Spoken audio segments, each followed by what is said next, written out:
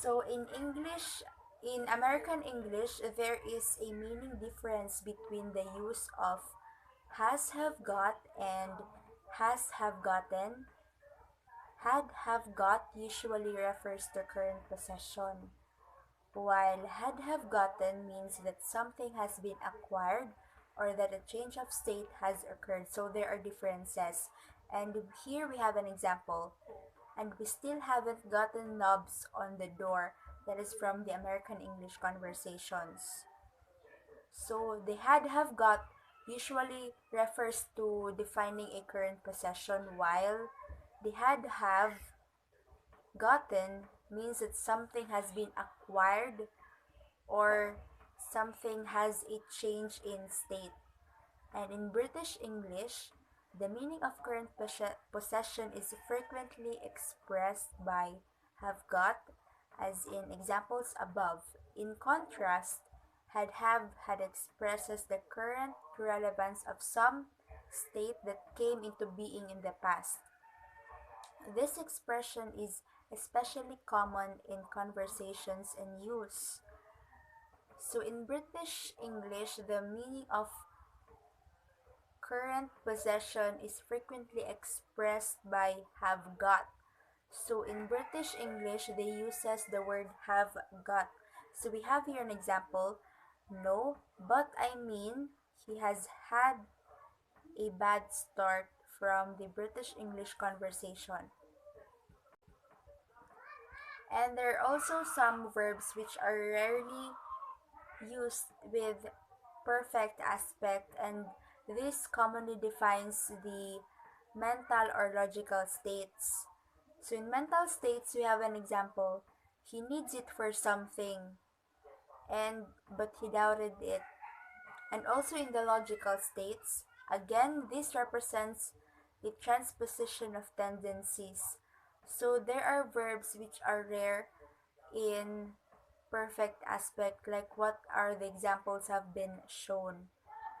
And this describes also the mental and logical state of each sentences, defining those verbs which are commonly used in defining a word of logical thinking or in mental thinking. And there are verbs also which are rarely used in the present perfect, and which refers to the physical actions like glance, kiss, nod, touch.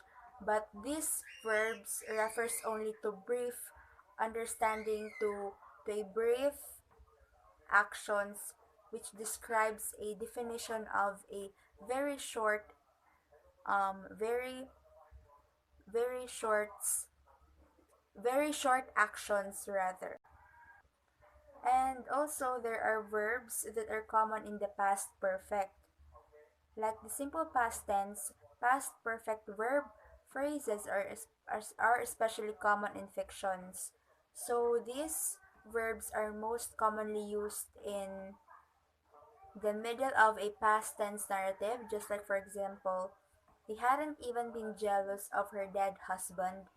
Nancy had gone with them and he had taken it himself. So let us proceed to the present perfect versus the simple past. Both the present perfect and the simple past tense normally refer to an event or state in the past. In addition, both can be used to refer to a state that existed over a period of time. So their primary differences is that in the present perfect, it evokes a situation that continues to exist at a present time. However, in the simple past, it describes an event that took place at a particular time in the past. So that is their differences, the present perfect and the simple past. So with the simple past tense, the word or the word adverbial is used wherein it describes the event or state being occurred at a particular time. And adverbials are the most common tool which is used with simple past tense. And here are the following examples. I saw him. So let us proceed to the most common time adverbial used with simple past tense, and the word being used here is then. Then is typically used to describe a series or a sequence of events, and these are the examples. And then they said, "Have you heard of the paper?" And I said, "Yes, but not as as a window." Then they said, "Well," and then I realized that it was finite conversation example. So other time adverbials with the simple past are used to specify a period of past time. So the time adverbials are used to differentiate, to commonly define um, a period of past time in a sentence. And let us proceed to the past perfect versus the simple past. The past perfect verb phrases look back to an extended time period that was completed in the past. In order to clarify the time reference, time adverbials are often used with verbs in the past perfect. So, if, like for example, when he returned, the priest had already used the special needle, sharp quill, and ink. So, time adverbials are used in order to clarify the time reference in a sentence, which are oftenly used in verbs in the past perfect tense. Verbs also tend to occur in dependent clauses. In this case, the simple past tense in the main clause provides the perspective for interpreting the time reference. The event in the dependent clause was completed by the time of the event in the main clause. So, here are the examples. When I had sorted it out, I shrugged. The second example, it came almost as a shock to realize that her night had been peaceful. For example, in number 1, the action being described, had sorted, was completed before the action of shrug took place. And in example number 2, the use of had been shows that the night was completed by the time the narrator realized the peacefulness in that place. The progressive aspect describes activities or events in progress at a particular time and is usually for a limited amount of time. The present progressive describes events that are actually in progress or events that are going to take place in the future and about which the speaker feels quite certain. So in progressive aspect, it defines the description of activities that are currently in progress, so meaning it is not yet happening. Whether it is going about to happen or it is going about to take place in the near future. So we have here the present progressive describing an event in progress. So we have here what she's doing. I'm looking for an employee of yours. So the sentences tells us that the action was not yet done or the actions are still in progress or in the process of the continuation. And we have here also the present progressive with future time reference. Future time reference refers to the adverbials being used in the sentence. Here are the examples. But she's coming back tomorrow. I'm going with him next week. So the word tomorrow and next week refers to the future time reference in the sentence. The past progressive verbs describes the events that were in progress at an earlier time.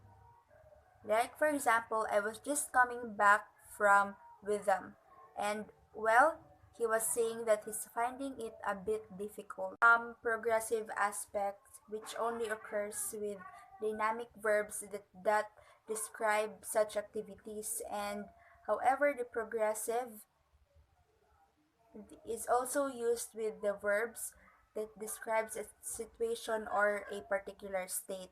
And in this case, the progressive refers to the ongoing continuation of the state. So meaning the progressive aspect is in the process of the progress or in a process of continuation. Like for example, Christ is living there now. And I was sitting in my office smoking one of James' cigarettes. So those are some of the examples.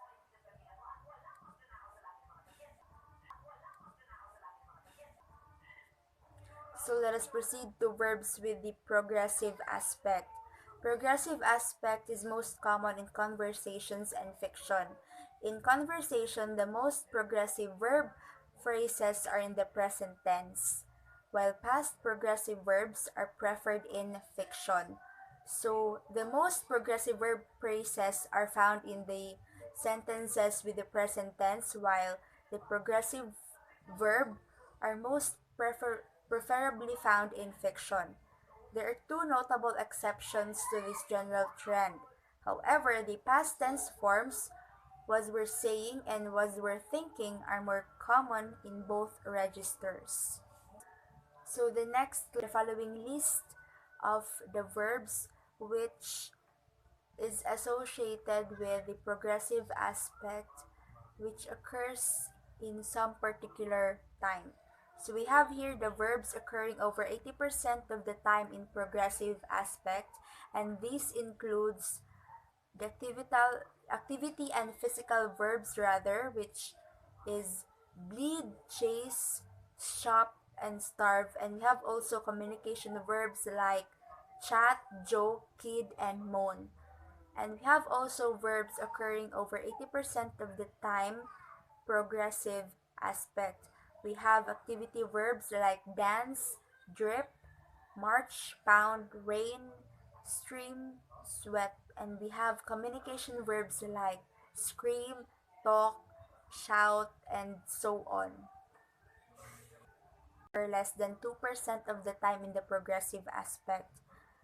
And this includes the activity verbs like arrest, dissolve, find, invent, rule, shut, shrug, smash, swallow, throw.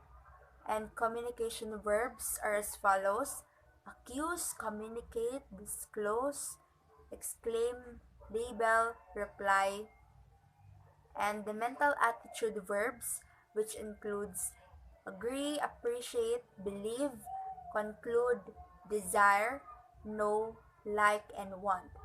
And we have also the perpetual states activities like detect, hear, perceive, see, facilitation, causation, verbs like convince, guarantee, initiate, oblige, prompt, and provoke.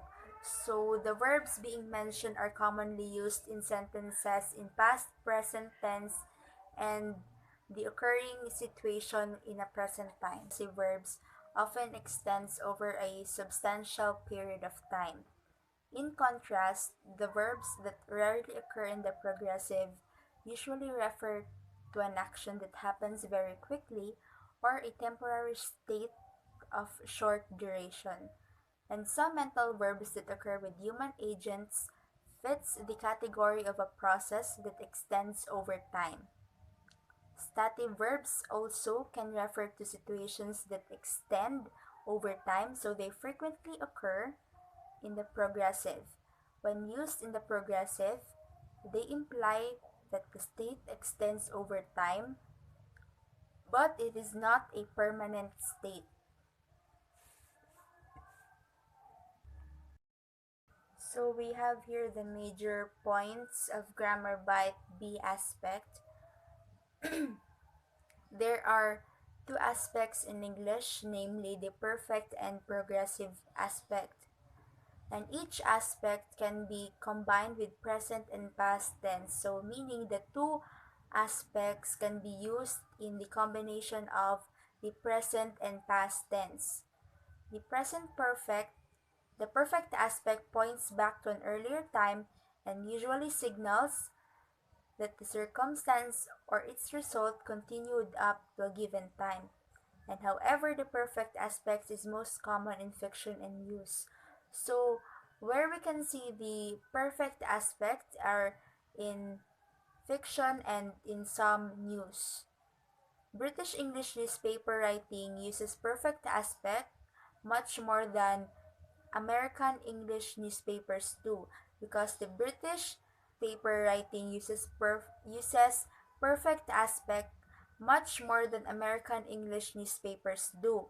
Perfect aspect verbs are often used with time adverbials that make the time reference explicit. So the use of time adverbials makes the sentence more explicit by using the adverbials of time like tomorrow, today, next Sunday, the next month, the next year, the next week, and so on, time adverbials that can be used. And also, the past perfect often occurs in dependent clauses, and the main clause makes the time reference more clear.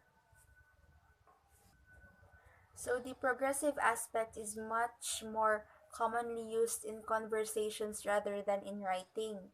American English conversation uses progressive aspect the most rather than the British English conversation. And the most common verbs in progressive aspect includes both stative and dynamic verbs.